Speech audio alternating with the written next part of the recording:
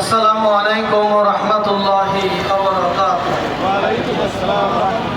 আলহামদুলিল্লাহি রাব্বিল আলামিন والصلاة والسلام على رسوله الكريم وعلى آله وأصحابه أجمعين।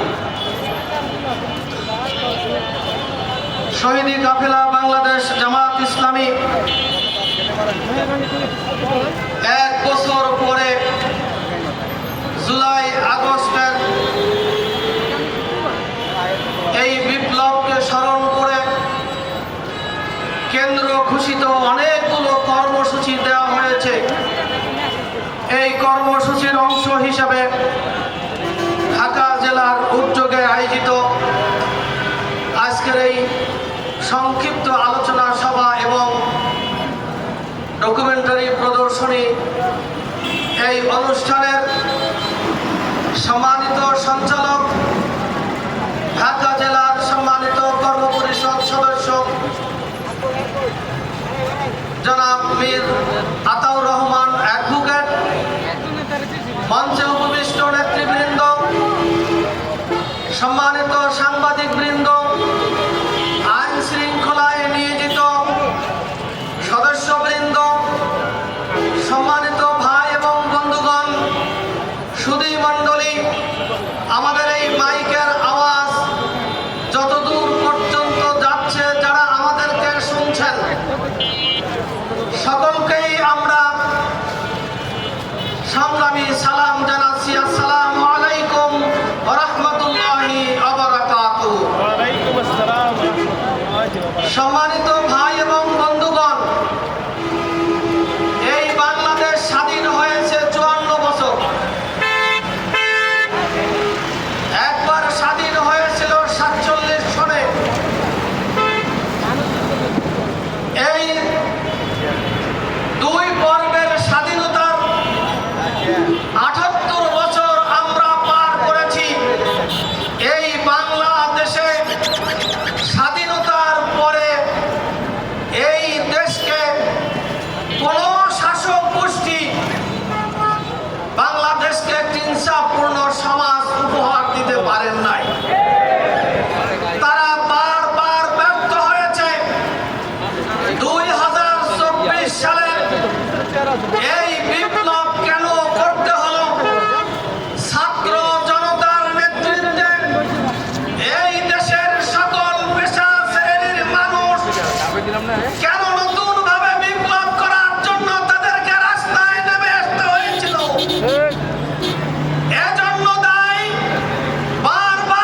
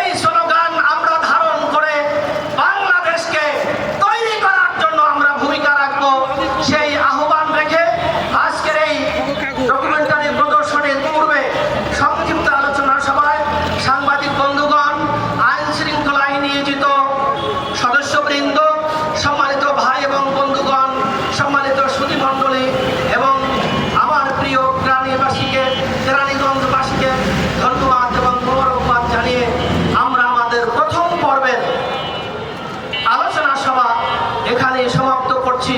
সুবহানাকা আল্লাহুম্মা বিহামদিকা আশহাদু আল্লা ইলাহা ইল্লা আনতা আস্তাগফিরুকা ওয়া আতুবু ইলাইক।